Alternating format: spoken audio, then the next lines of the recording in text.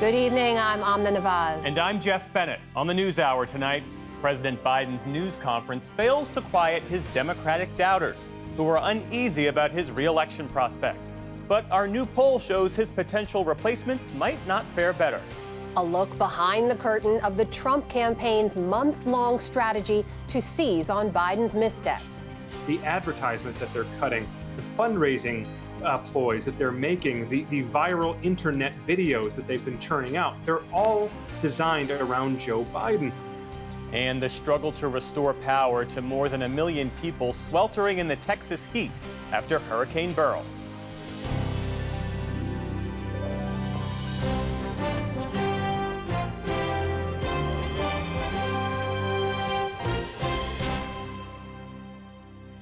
Major funding for the PBS NewsHour has been provided by the ongoing support of these individuals and institutions, and friends of the NewsHour, including Jim and Nancy Bildner, and the Robert and Virginia Schiller Foundation, the Judy and Peter Bloom Kovler Foundation, upholding freedom by strengthening democracies at home and abroad. The John S. and James L. Knight Foundation, fostering informed and engaged communities. More at kf.org.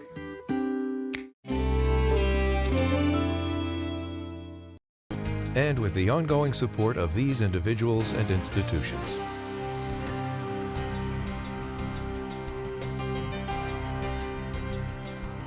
And friends of the NewsHour.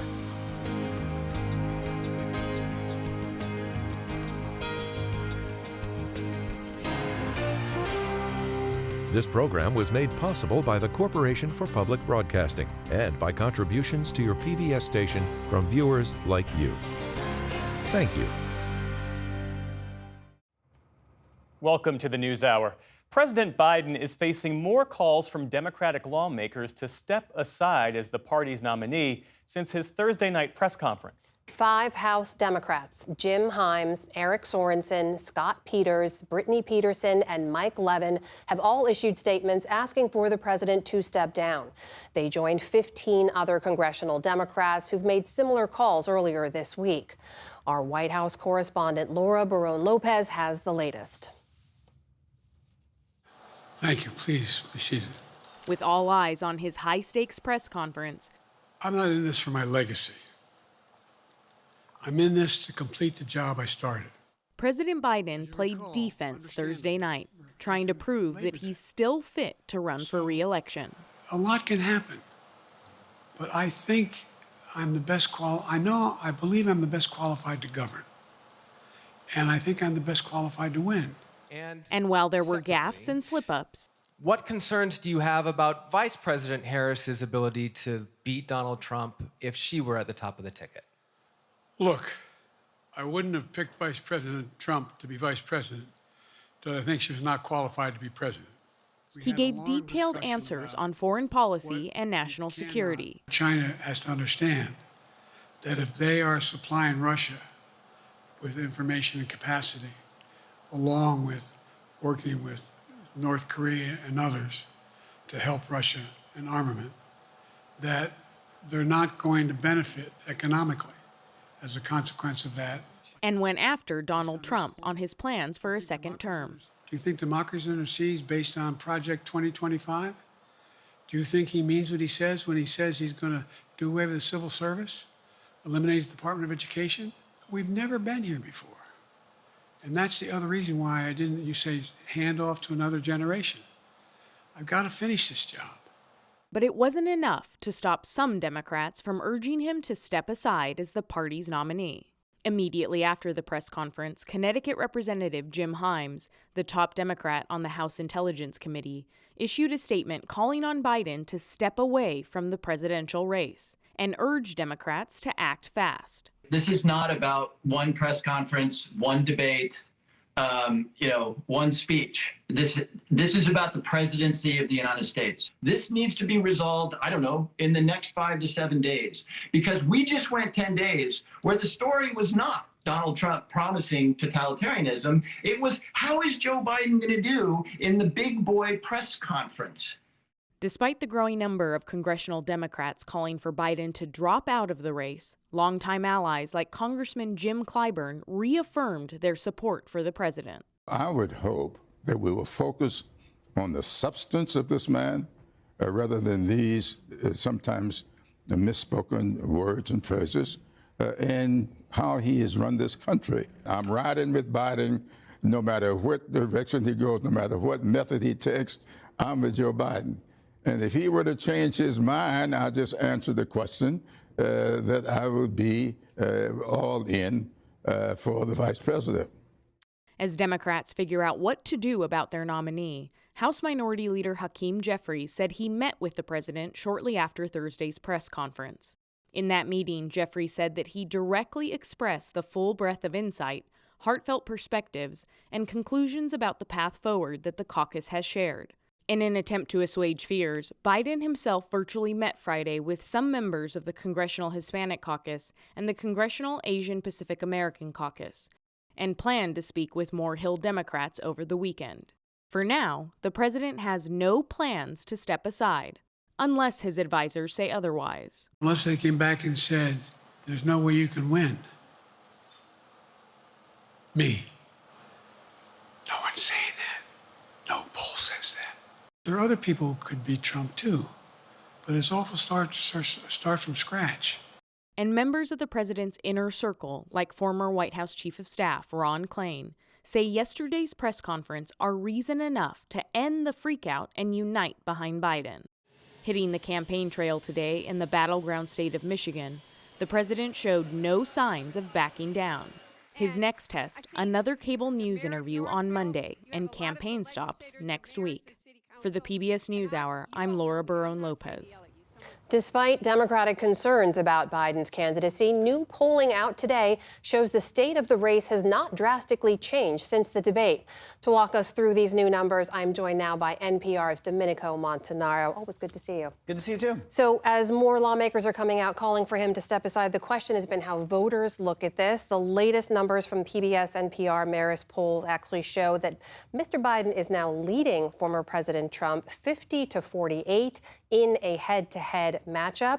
When third parties, however, are factored in, he slips slightly, but it's still a statistical dead heat there, with Trump at 43%, Biden at 42%. What stands out to you about those numbers? Well, I mean, it's been a marginal race the entire time. Not much clearly has changed nationally when it comes to Trump versus Biden. I also think, we still have to take into consideration that there's humongous antipathy toward Donald Trump. I mean, you easily could see in all these numbers that more than half the country doesn't want Donald Trump to be president again, but it's really less Joe Biden versus Donald Trump somewhat, and Joe Biden versus the couch. So should we take these numbers to mean that voters don't actually have the same concerns about Biden's age or his mental acuity as Democratic lawmakers who are asking him to step down do? Not necessarily. And the other question is, what are their choices, right? But when we look at some of the numbers inside the survey, actually 2/3 of respondents said that Biden does not have the mental fitness to be president, but character may matter more. 68% said that it's more concerning to have a president who doesn't tell the truth than one who might be too old to do the job. So pretty remarkable numbers, and I think that really says something about these two candidates and what people think is important. Yes, we saw, like we just showed, 2/3 of people saying that Biden lacks the mental acuity. However, at the same time, if you think somebody isn't telling the truth, doesn't have the character to serve, and that's what we're seeing, that Biden has more points for character and honesty than Donald Trump. Okay, so some of Mr. Biden's critics also argue that another younger Democratic candidate might inspire more enthusiasm or could more easily beat Donald Trump. Is that showing up in the polling? Well, look, I mean, we tested 4 people, President Trump, Vice President Harris, Michigan Governor Gretchen Whitmer, and California Governor Gavin Newsom. Everybody did about exactly the same. Now maybe that's because they're generic Democrat and they sort of test that way. There are slight nuanced differences between each of the candidates. Newsom does a little bit better with independents. Partially that could be because he does appear on Fox News quite a bit and there's more exposure to some of those Republican-leaning independents. Vice President Harris does much better than President Biden, by the way, with non-white voters and younger voters. Gen Z, millennials, she does 12 points better than Biden, and with non-white voters, 10 points better. So something to consider there, especially when you think about who has electoral prowess or not. Now, when these candidates start to actually run, if they were to run, if they were to replace President Biden, then they get to make the case for themselves, or they also get a lot more media scrutiny too. Okay, so let's add some context here, because viewers will have seen Amy Walter of the Cook Political Report here just a couple of days ago walking us through some of their polling at the state level. And what she showed us was that we saw voters in 6 states that were previously toss-ups or likely Democratic states, move closer to Trump after the debate. Those include the battleground states of Arizona, Georgia, and Nevada. How do you square that at the state level with what we're seeing in these polls at the national one? Well, not that surprising, to be honest, because national polls reflect what the country feels at large. But we are not in a situation where you have the popular vote determining who the president is. And because Democratic votes are so concentrated on the coast, 1 in 5 Democratic votes come from California and New York. That's it, right? So if you have that kind of concentration and you don't have the Democratic votes spread out into some of those swing areas, then those swing areas, those swing states are slightly more conservative. So frankly, President Biden has had this sort of lead with Trump or within the margin.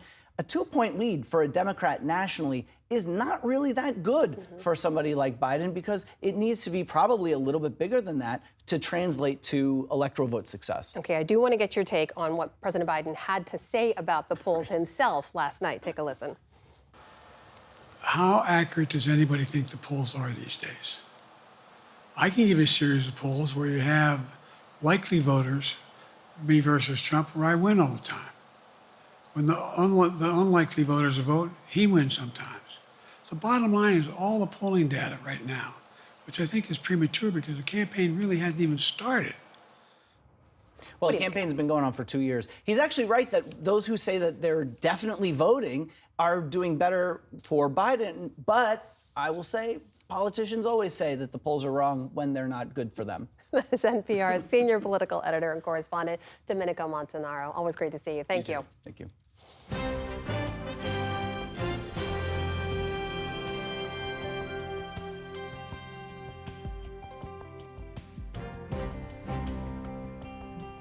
Let's shift our focus now to the Trump campaign. A new piece in The Atlantic offers a rare behind-the-scenes look at Donald Trump's re-election effort.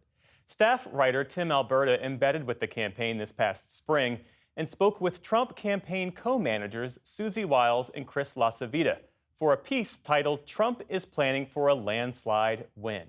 Tim Alberta joins us now. Thanks so much for being with us. Hey, thanks, Jeff. My pleasure. When you write that Donald Trump and his campaign are planning for a landslide, what accounts for that level of confidence? What is it rooted in? Well, a couple of things, Jeff. I think first, the context matters quite a bit here. When you think about the past 2 presidential elections, 2016 won very narrowly by Donald Trump. We're talking about a difference at the end of the day of 77,744 votes spread across 3 states. That was Donald Trump's margin of victory in 2016. And then in 2020, it was actually even tighter. Joe Biden won by a combined 42,918 votes spread across 3 states. So we've had these consecutive nail biters in the Electoral College. And the Trump campaign sort of looks at 2024 in that context.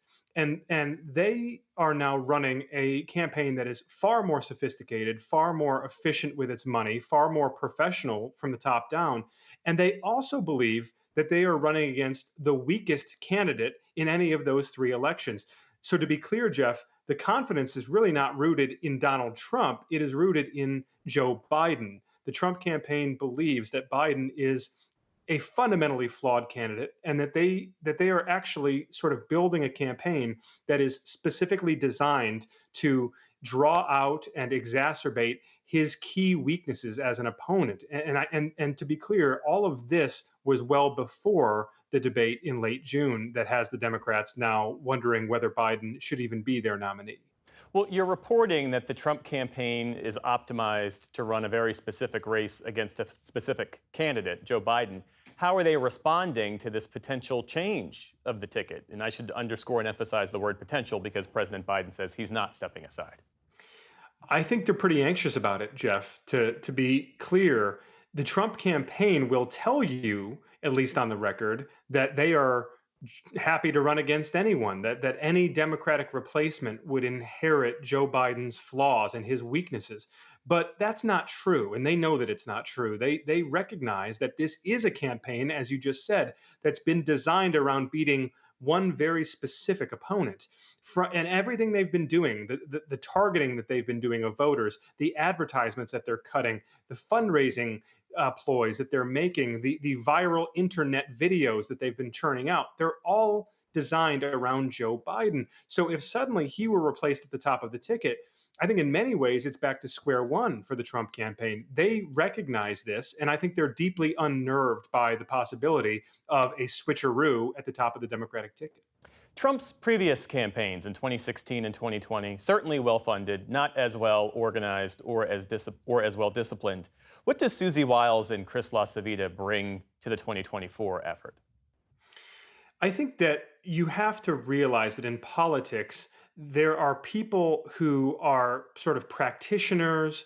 There are folks who will sort of latch onto campaigns and maybe offer some advice on polling or on strategy or speech writing or whatever else. But then there are sort of a select class of people who are truly the sort of the brains behind an operation, the people who can really run campaigns at a tactical, mechanical level in a way that few others can. And Susie Wiles, in particular, is someone who has earned that reputation over a number of years. I think I'd mostly point, Jeff, to the fact that Florida, which had for decades been regarded as the nation's top electoral prize, is no longer even on the table. Democrats have conceded the state of Florida in this election. They're not even playing there. And when you wonder why, the answer is Susie Wiles. She, more than anyone, had engineered campaigns on behalf of Republicans in Florida that effectively made the state not competitive anymore for Democrats because Republicans were winning so many non-white voters in those elections. She has taken some of that same modeling, some of that same targeting approach, and put it into practice in this Trump 2024 campaign. And then I think her partner, Chris LaCivita, he is best known as the ad maker who created the Swift Boat Veterans for Truth campaign that really devastated John Kerry back in 2004. And LaCivita is best understood as a shrewd and ruthless operative who really understands how to target an opponent's weaknesses. And that is really the combination, Wiles and LaCivita, these unique skill sets. They are two of really the most feared operators I've ever been around in politics. And together, they have really, I think, streamlined the Trump operation. And also, I think that they have streamlined Donald Trump a little bit. I think that they have been able to bring him into alignment with their goals as a campaign in ways that no one else has been able to. What is their preferred path to victory? I ask because the Biden campaign put out a memo this past week that said there are multiple pathways to 270 electoral votes. Right now, they write, winning the blue wall states, that's Michigan, Wisconsin, and Pennsylvania, is the clearest pathway to that aim. Does the Trump team see a path that is equally as narrow? You know, I think the one thing both campaigns would agree on at this point is that Biden's path to 270 has gotten smaller and smaller. And really, what the polling has shown, the polling that's publicly available, the polling that's been done by both parties, suggests that Michigan, Wisconsin, and Pennsylvania, the three states that Trump flipped in 2016 and that Biden flipped back in 2020, that those three states really are the pathway for Joe Biden to get reelected. And that if any one of those three states is taken off the board by Trump, the math at that point becomes pretty much unworkable for the Democrats. Tim Alberta of The Atlantic. Thanks so much, Tim. We appreciate it. You bet. Thanks.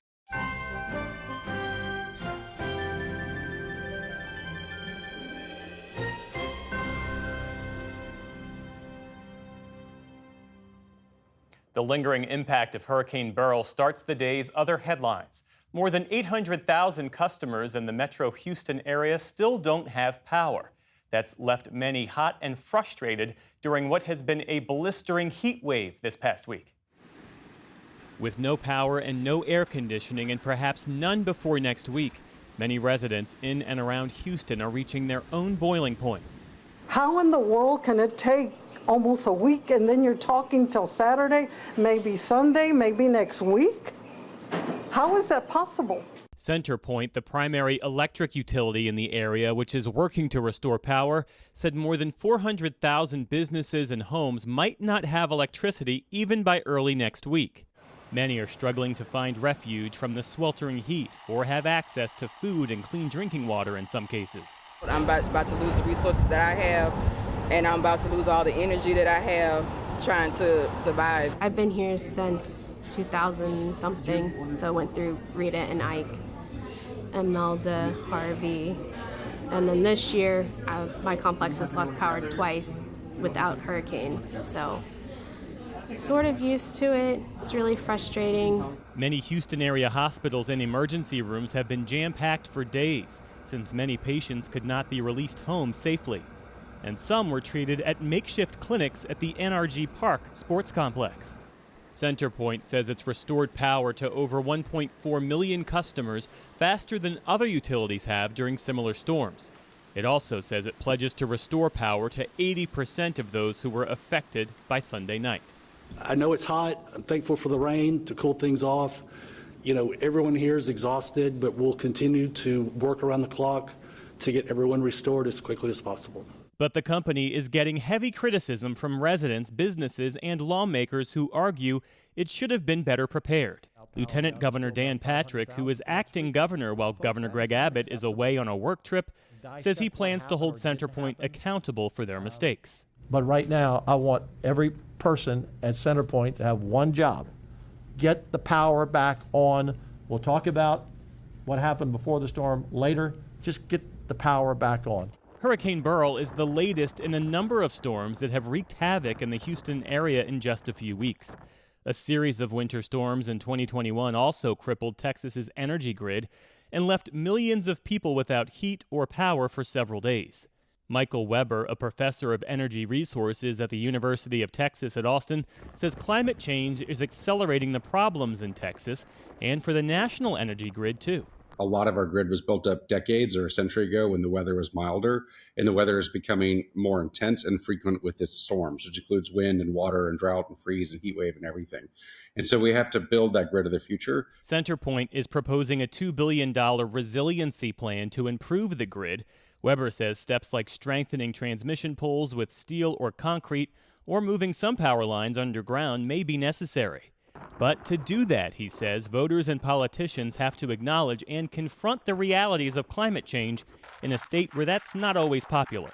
The investments to harden the grid are expensive. They cost billions of dollars, but they save lives and they avoid outages and they save money in the long run. And we have to choose between paying money up front to make the system better or paying money later when the system fails. After thunderstorms this weekend, which could slow repairs, temperatures are expected to return to the 90s starting on Sunday. The lasting effects of Beryl are also being felt nearly 2,000 miles away in Vermont, where cleanup has started after devastating and deadly flash floods. Beryl dumped a half-foot of rain on parts of the state this week. At least 2 people died when their vehicles were submerged in the floods. Entire neighborhoods are still underwater. Where the floods have receded, roadways had fallen into sinkholes and communities were caked in mud. Vermont was hit by flooding at exactly this time last year. What I'd say is that anybody that denies climate change can get a dose of this and decide for themselves. Vermont's governor says it'll take several more days to know the full extent of the damage. In the Middle East, Israeli forces have pulled back from Gaza City, leaving behind scenes of destruction. Fires were still burning today as Palestinians returned home to check the damage. Civil defense workers say that dozens of bodies were found on the streets and in collapsed buildings. Earlier in the week, Israel ordered all Palestinians to leave the area, saying Hamas militants had regrouped there. Most of Gaza City's population fled earlier in the war, but the UN estimates that some 300,000 people remain in the surrounding area. AT&T said today that a security breach in 2022 affected nearly all of its cell phone customers and many users of its landline and wireless networks. The company says roughly 109 million customers' accounts were affected. Their data was downloaded to a third-party platform over a 5-month period in 2022. AT&T says the compromised data includes records of phone calls and texts, but it does not involve the content of those calls or sensitive information like birthdays or social security numbers. In New Mexico, the judge in Alec Baldwin's involuntary manslaughter trial has dismissed the case against him. Baldwin's defense team had alleged that prosecutors hid evidence about the ammunition that killed the cinematographer on the film Rust in 2021. Baldwin had been holding the gun when it went off during rehearsals. Judge Mary Marlowe Sommer agreed with the defense, saying that, quote, the sanction of dismissal is the only warranted remedy. Baldwin faced up to 18 months in prison if convicted. The 66-year-old had pleaded not guilty, saying he did not know the revolver contained a live round. Officials in Tulsa, Oklahoma have announced details of the first person to be identified from a mass grave stemming from the city's 1921 race massacre. C.L. Daniel was a World War I veteran who was passing through Tulsa at the time of the attack. Forensic experts have collected DNA from a total of 30 sets of remains. They're from the more than 120 graves that were found during searches that started back in 2020. As many as 300 people were killed when a white mob destroyed what was then known as Black Wall Street. City officials hope today's announcement will bring some comfort to his family. As a parent, I can't help but think about his mom, Mrs. Daniel, who knew her brave son had been killed, but never knew what became of his remains. Today, I hope that this generation of Tulsans can appreciate that you've helped this family find their relative after he was missing for 103 years.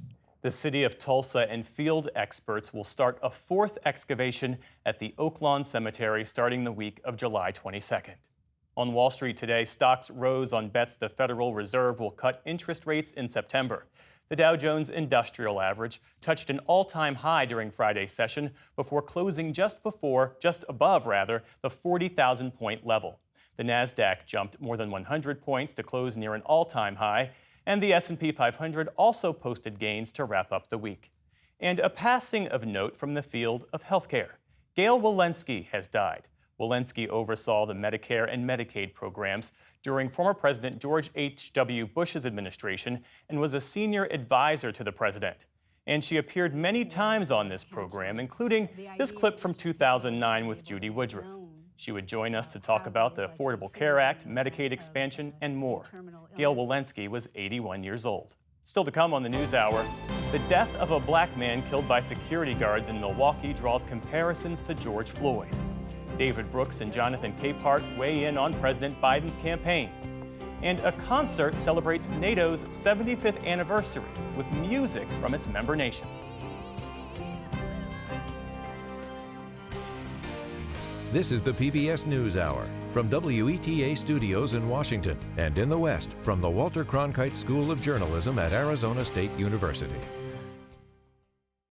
Police have referred felony murder charges in a case involving a black man who died last month after being held down by security guards outside a Milwaukee hotel.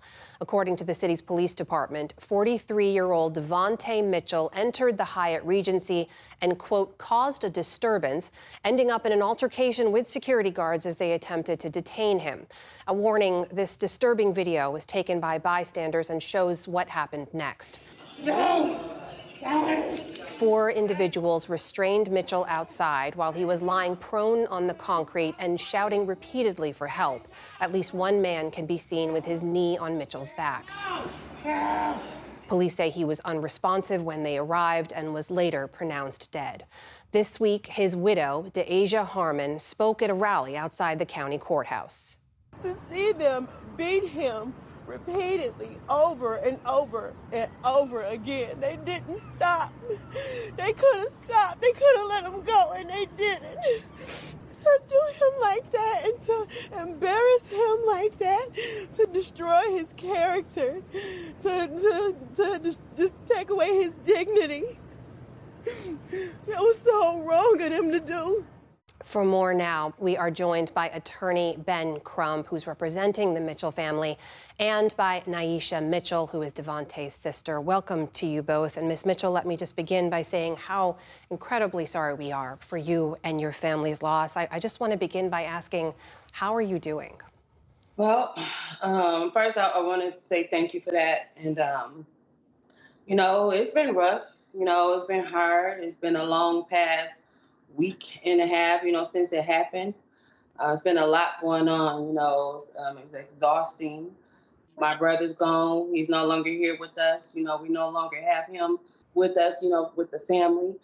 His kids no longer have their father. My mother no longer have her son. So, it's been rough. It's been hard. It's going to be some adjustments, here for us all, but right now we're just trying to, get through this time, and we're going to keep on moving forward, and we're not going to rest, and we're just going to be tired until we get justice here for my brother. And Mr. Crump, I understand that you and members of the family have had a chance to review some security camera video from inside the hotel, which is showing you more than has been publicly released so far. Does any of that offer you any insight into how this incident began in the first place? Well, it's a heartbreaking video from the security cameras inside the hotel. It starts with him being chased, and he's chased through the hotel. He runs into the gift shop, and then he runs into the ladies' bathroom. And the two women that were in the bathroom said he wasn't trying to harm them or anything. It was as if he was afraid. He was scared. He was trying to get away from somebody. We now know that was the security, apparently, that was chasing him. And then they went into the bathroom and they drug him out, and while they were doing so, the video shows him being punched and kicked while he's on the ground being dragged. And it's just heartbreaking. They have a metal baton that one of the security guards take out that you see on the bystander video, and he's hitting them. And it looks like he's hitting them in the head. And you ask yourself, why would you do that? It's just heartbreaking when you think about George Floyd was in that prone position with knees on his back and then on his neck for 9 minutes and 29 seconds. Well, Devontae Mitchell was in that prone position for at least 8, we believe as long as 10 minutes, with a knee on his back and at times a knee on his neck. And you had all the punching and kicking and the baton, which makes his tragic video as outrageous as George Floyd's video. Ms. Mitchell, Mr. Crump has said previously this raises so many questions about the use of force here, and particularly in the case of people who are having a mental health emergency of some kind. What should we understand about what you know about your late brother's mental health or his condition at the time? We really don't know what was happening and what was going on, at that time when he was down at the Hyatt, But what I'm saying here is that, as far as mental issues go, my brother did suffer from, having depression. Again, I'm not exactly sure what was happening, down at the Hyatt, when this all transpired. And if they're saying that he was, in there causing a disturbance, that's where I come in and say, maybe he was having a breakdown. Whatever he was running from, whatever caused this all to happen, we still don't know. That's what we're trying to find out. We're trying to find out why he was running. We learned that he was running from the security guards, but why was he running from the security guards? But as far as mental health, again, Devontae, for the most part, was suffering from depression. Mr. Crump, can I just get your reaction to this latest news now? We know that police have referred felony murder charges to the district attorney. The DA's office says they're investigating Mr. Mitchell's death as a homicide. Is that what you want to see happen at this point? Well, we want the state attorney to go ahead and bring the charges, but we're grateful that the Milwaukee Police Department did refer murder charges to the state attorney. But we know this is only the beginning of the journey. We know from history that until they charge them, until they're convicted, African Americans can never take for granted that we're going to have equal justice play out when it's a dead black person laying on the ground. We got too many examples of them doing the bait and switch. So we have to keep vigilant and keep focused. You know, before last week, they weren't even investigating this matter as a criminal investigation. It wasn't until the family and the activists started saying, no, did y'all see the video? How can you say that they shouldn't be held accountable for how they killed her brother? And so it's a first step, but we have to continue to keep pressing forward. Too many examples in the black community of the police and quasi-police getting away with unjustly killing our children. To that point, Mr. Crump, I think one of the reasons this video has resonated so deeply is because of how hauntingly similar it is to George Floyd, who his family I know you represented 4 years ago. And I just wonder how it strikes you that you are having to have this conversation again in two such similar cases 4 years apart. Yeah, obviously, it's very personal because we watched the George Floyd tragic torture video for 10,000 times, and now we're having to break this video of the killing of Devontae Mitchell frame by frame, and it does remind you at times of George Floyd and the inhumanity of the situation. A man who's begging to his very last breath, please help me, and none of them would help him. And so that's what we have to learn, America. How many more times do black men in prone positions having breathing problems have to plead for their life before America hears them? How many more times? It was Eric Gardner, it was George Floyd, it was Ivo Otieno in Virginia, it was Frank Tyson in Ohio, and now it's Devontae Mitchell. And when you look at all these videos, there are black men on prone positions with law enforcement on their backs with their knees on them, and all of them died. How many more? Attorney Ben Crump and Naisha Mitchell, sister of the late Devontae Mitchell. Thank you so much to you both for joining us. You're welcome. Thank you. Thanks for having us.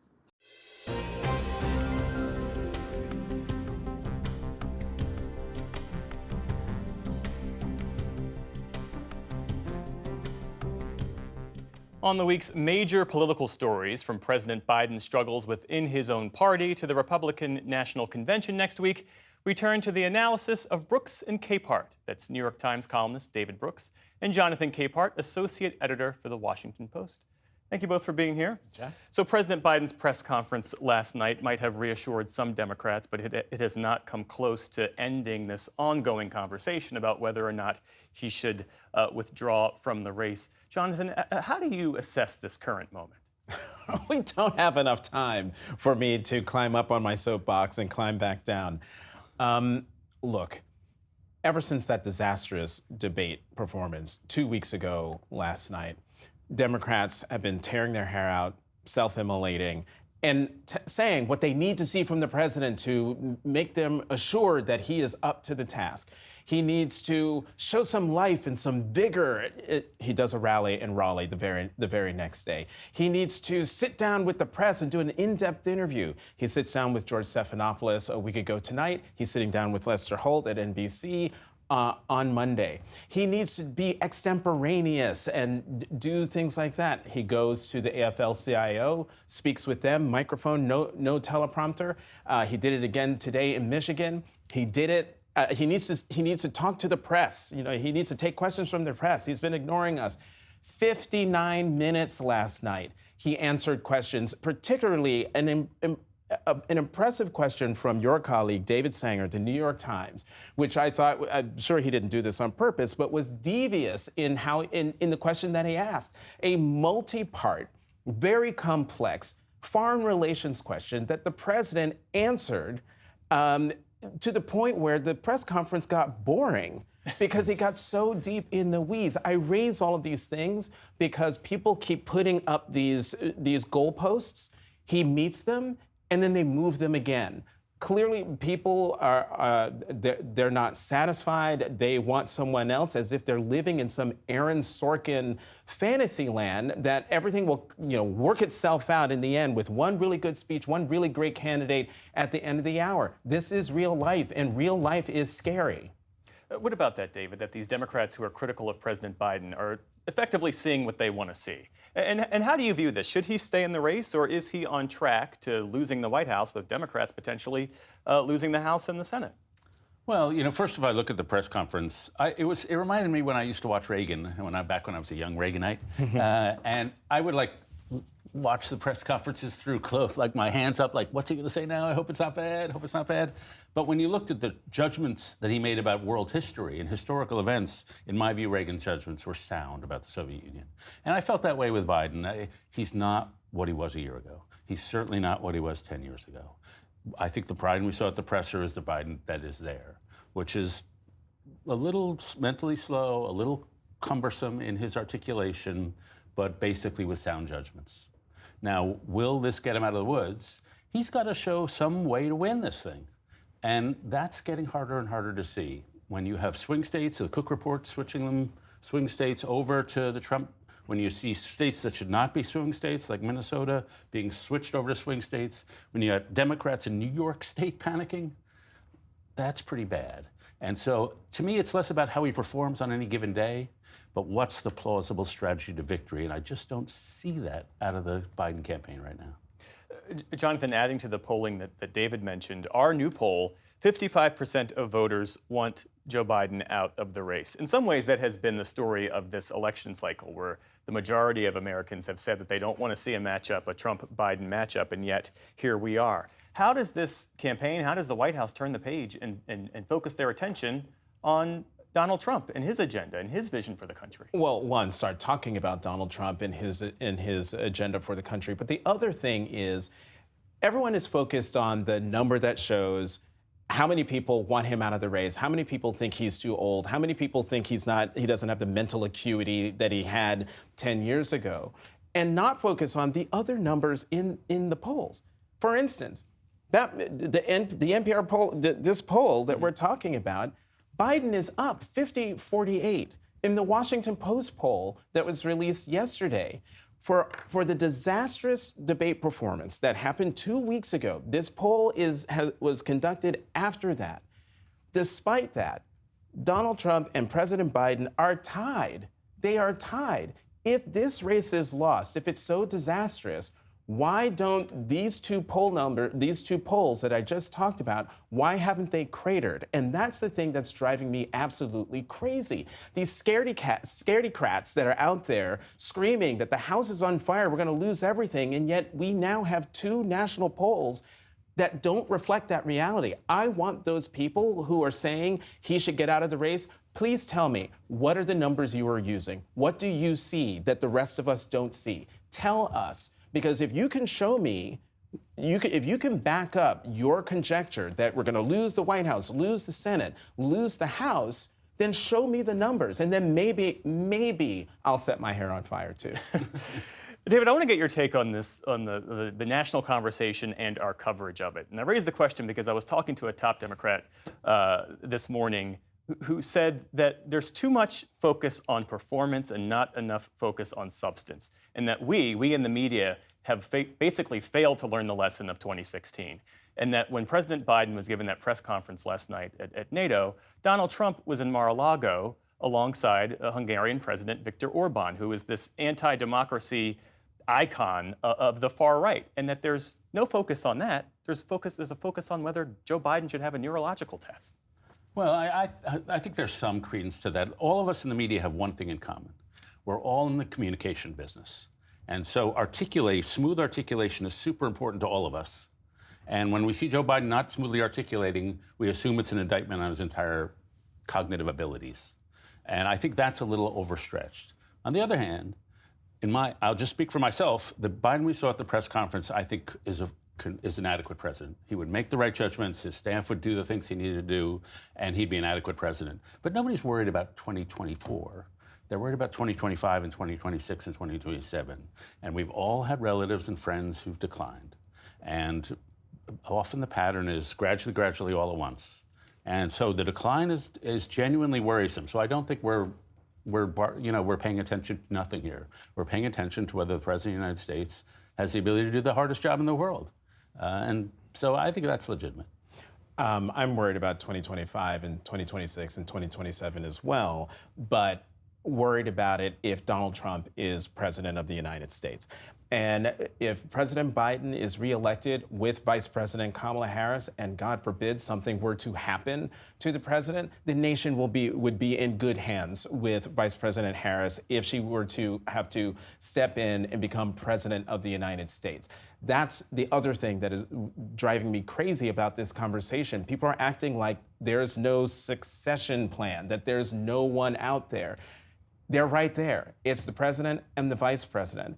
And look, I've interviewed President Biden in October of 22. I interviewed him just this past March. That man we saw at the NATO press conference yesterday is the same person I talked to both those times over a spread of 2 years. I am not worried about him, his abilities, his performance, or his mental acuity. We've got a couple of minutes left, so let's look forward to the Republican National Convention next week. The big thing we're basically waiting for is who is Donald Trump going to pick as his vice presidential nominee. The reported finalists include Senator J.D. Vance, North Dakota Governor Doug Burgum, and Senator Marco Rubio of Florida. Who do you think has the greatest shot? We had Tim Albert on the show earlier. In his Atlantic piece, the Trump campaign kept talking about, we're going to run a visual campaign.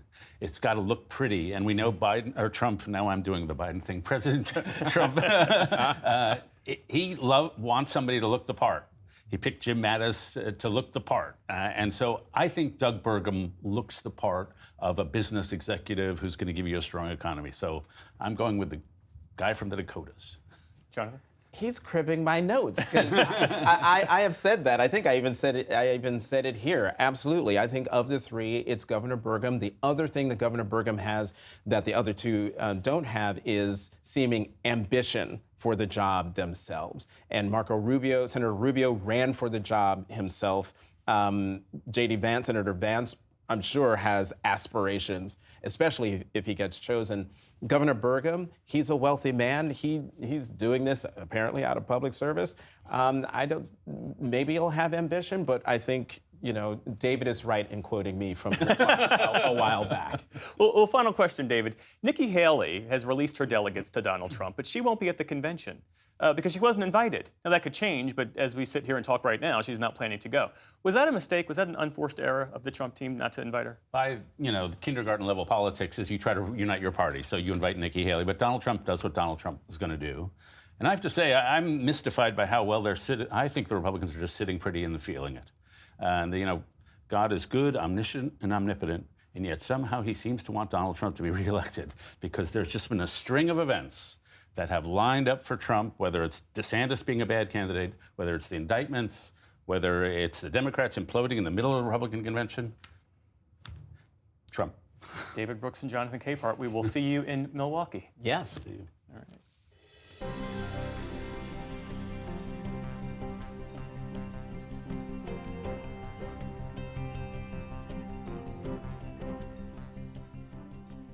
Last night, a symphony orchestra at the Library of Congress commemorated NATO's 75th anniversary with an evening of music from its member countries, songs symbolizing hope and solidarity in a trying time.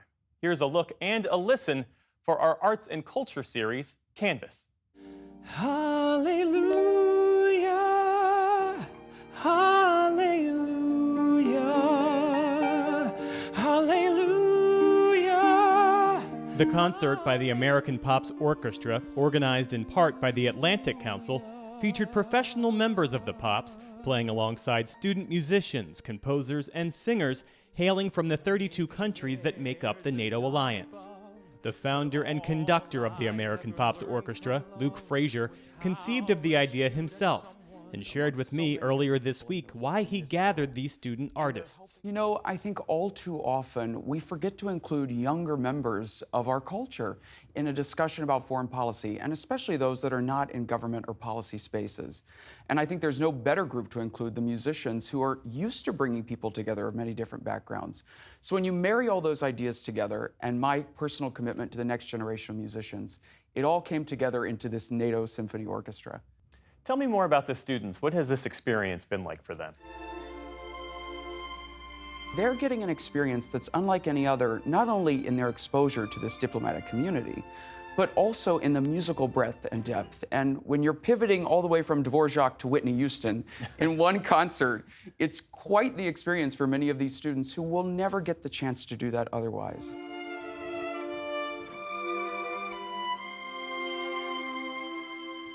What do you hope they take away from this experience? I hope that they know that they are playing a pivotal role in the future of our world. That by sitting in that orchestral section and telling a story through music, they're helping bridge the divides amongst so many of the people in this world.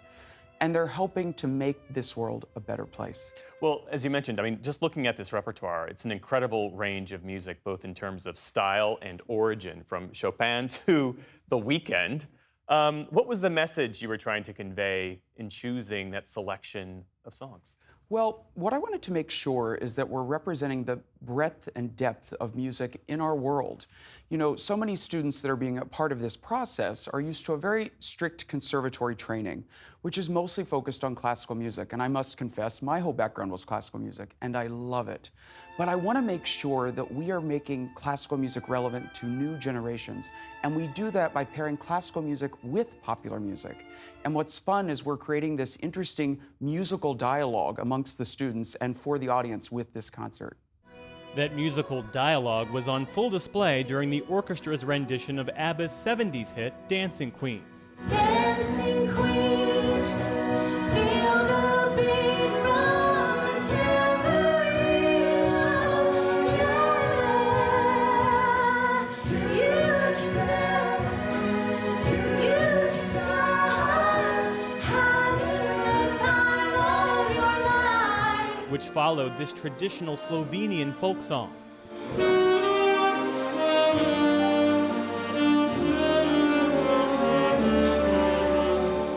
I know from my own experience, having played in orchestras when I was a student, there's always one song that everyone loves to perform the most. What's that song for this group? You know what's fascinating is one of the pieces that the students seem to be responding the most to. There are two in particular that I find them the most compelled by. One is a beautiful operatic piece, the Intermezzo from the Cavalleria Rusticana.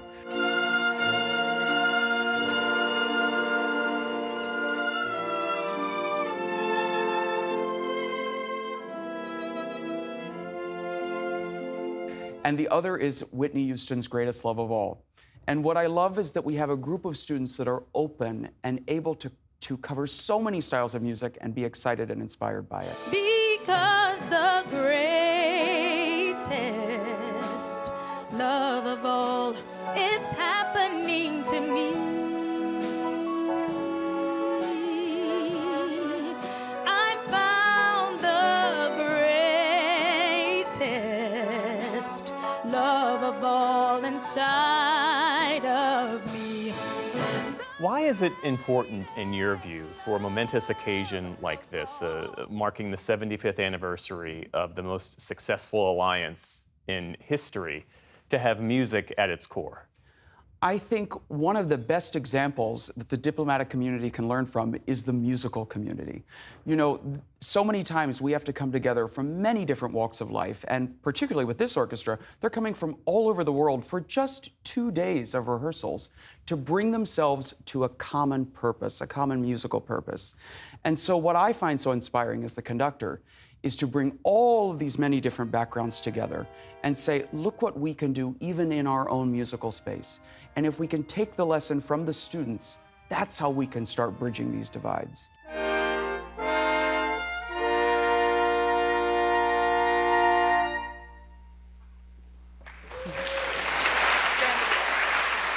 And our thanks to Maestro Luke Frazier for spending some time with us. His American Pops Orchestra has been featured in 30 national broadcasts here on PBS.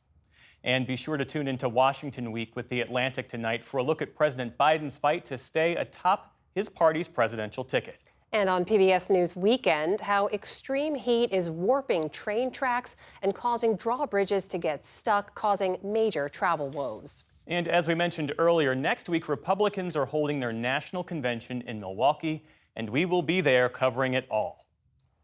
The 2024 campaign heats up. We're going to fire crooked Joe Biden. We are going to make America great again. Can former President Trump convince voters to send him back to the White House? This election is a choice between strength and weakness. How would he take on the challenges facing America at home and abroad? A PBS News special, The Republican National Convention. Coverage begins on Monday, July 15th at 8 p.m. Eastern. And we hope you will tune in and join us. In the meantime, for tonight, that is the News Hour. I'm Amna Nawaz. And I'm Jeff Bennett. For all of us here at the PBS News Hour, thanks for spending part of your evening with us. Have a great weekend. Major funding for the PBS News Hour has been provided by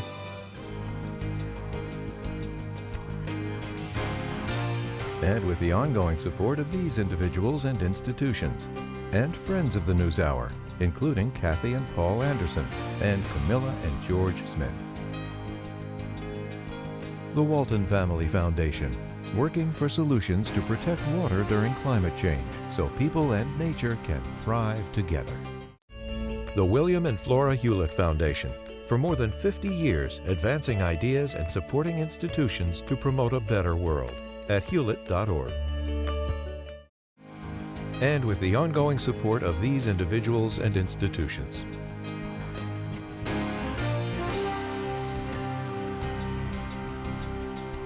And friends of the News Hour.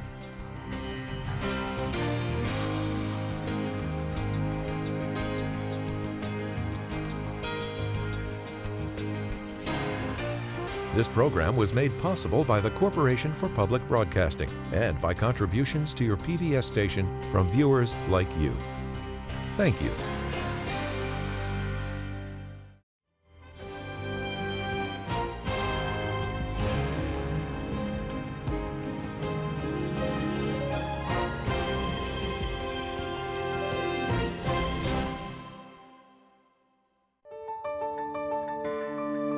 You're watching PBS.